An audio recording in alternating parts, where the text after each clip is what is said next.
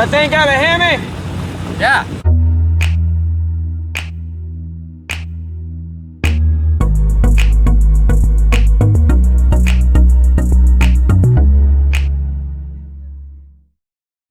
Today I'm doing a review on the 1970 Plymouth GTX drag car by GMP Models.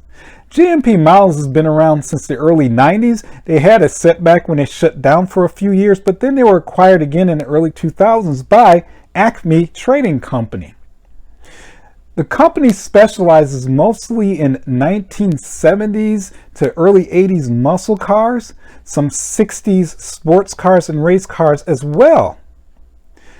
When you look at the catalog for GMP and Acme, a lot of their models are pretty much on the same level when it comes to quality. But every once in a while, GMP will produce a model that's either from their older line when they were started back in the 90s, or a brand new model with some significant detail.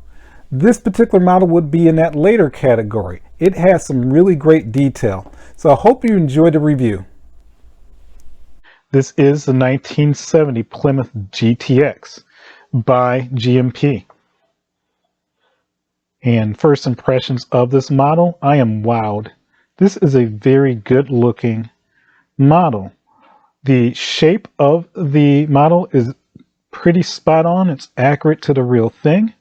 And the one thing you're probably going to hear a lot from me when I do this review is just how exceptional the details are on this model. Let's take the front end, for example. The chrome, all of it looks very realistic. It is fantastically done. That includes the rings around the headlights. The headlights themselves have the grid, as I like to call it, for the lights during this era. They capture that, and it's very, very accurate. Very nicely photo etched GTX symbol there. This grill is actually a perforated grill. The downside to it is that unfortunately they decided just to put a black cover in back of it, so you can't see through it and see the details of the radiator or anything. Not sure why they did it that way, but the fact that it's perforated and it does look very good, I'm okay with that. Just don't know why they did it. So moving on to the back of the model. Again, very accurately done. I love that all of the trim pieces, the metal, not metal, but the chrome trim pieces are nicely done. Again, very, very accurate to the real thing. That includes the lettering for the Plymouth back here. Very nicely done. You can see it's that shiny chrome. You can see the reflection of my little pointer there. Very nicely done. The other thing that I like about this model is that the underside, you see all of the details from the underside. That includes the brake lines in the back. So not only is this a detailed model, on the surface as well as the motor, but as well as the underside. It is a fully detailed underside. The exhaust tips are really nicely done as well. These are not fully hollow, but they are exceptional as far as what we do have here anyway. Not bad at all.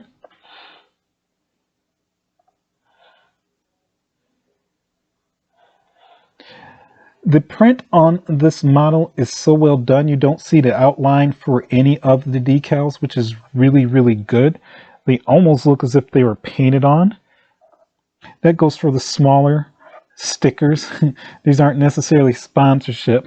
A lot of hot rodders, if you didn't know it back in the 70s, if there was a certain product or something they installed, most of the parts, and that includes today, you still get that, they came with a sticker. So you would simply just place it on the side of the car just to show everyone what kind of aftermarket parts you have installed into your muscle car.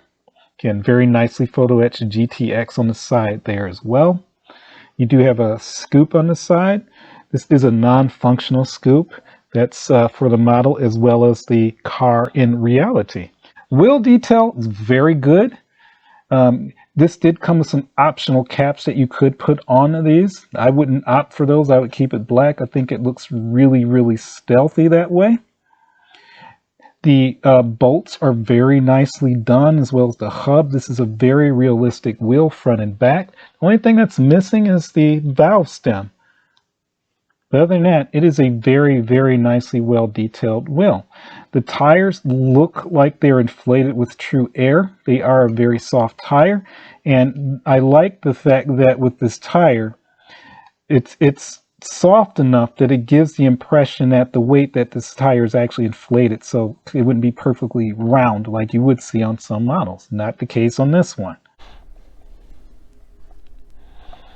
Let's move on to the interior, and I want to show you something. So as you can see, it's fairly easy to open the doors because there's no window here, so you can just pull these open.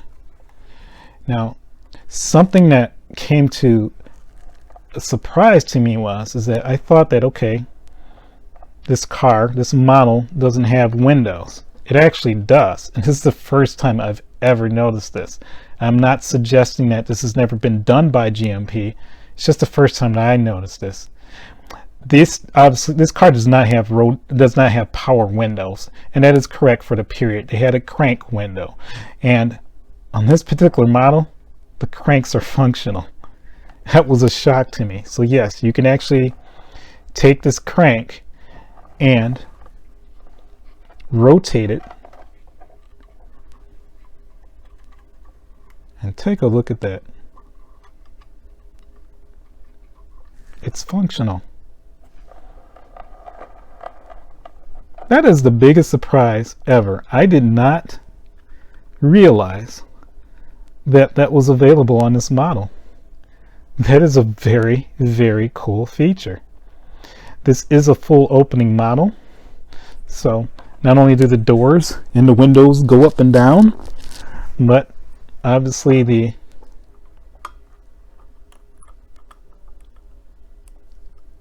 we can get it, you have your opening hood as well as your functional trunk.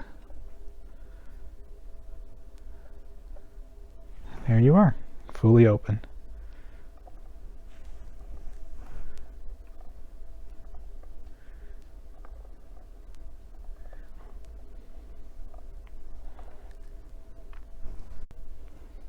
See, this is a fully detailed interior. You have your steering wheel, your shifter with the white knob on it. They used to call it a T-shifter. Fully appointed gauges.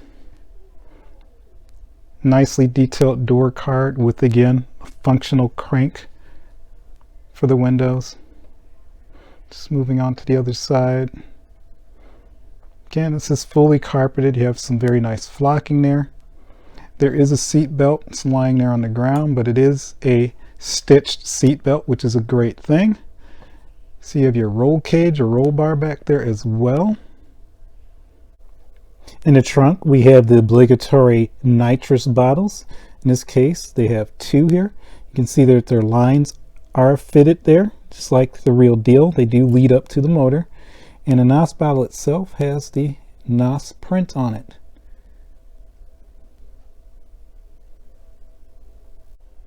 So you can see this engine is fully detailed. It has all of the pertinent hoses and lines.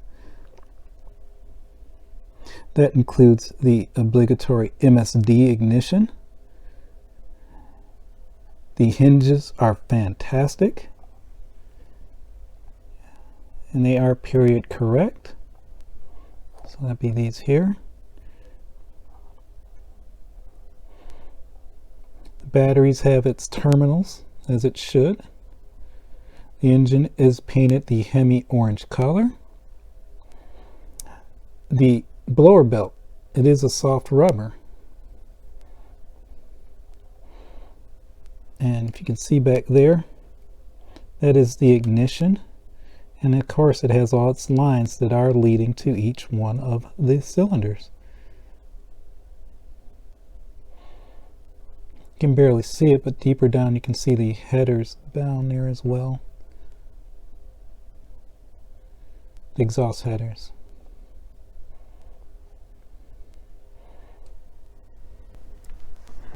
And there you are.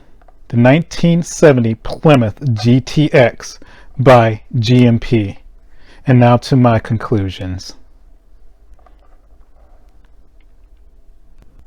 To say this is a great model would be an understatement. This is a fantastic model. I was impressed thoroughly with everything about this model. There was nothing in this particular model that I would say they could have done better. There's really no criticisms. This is a great, well done, very detailed model, all the way from the paint, the decals, the tires, the wheel detail, the interior detail, and that motor. That motor is fantastic. It has all the lines that you would expect from a well-detailed model. Lines being all of the plumbing from the hoses to the coolant hoses to the distributor lines as well. This model has it all. If you are an avid muscle car collector, this is one to have in your collection. There is no doubt about it. This model is again a drag car. So this drag car has a sponsorship on it. It's just Southern Speed and Marine. I don't know if that company still is around, but that's basically what that was. This car was both a strip and street drag car. It's pretty evident because of the back wheels being thick, and they had the skinnies in the front, which is what they were called. Skinnies in the front would be those smaller wheels. It would actually relieve some of that weight off that front end, which thus would make the car go a little bit faster if you didn't know. But this model again is a great model. If I was going to give it a rating, if you're into values, and I know some of you are, I would give this the $2.5 signs, because this model is collectible. It is a limited edition model, and it will definitely go up in value in time. Please like and subscribe. That is the best way I'm going to know that you're enjoying these videos. It motivates me to make more. Our next video, we will be doing a special model by BBR. It was a model that was in my last Spotlight News video. I appreciate your time, and I'll see you next time.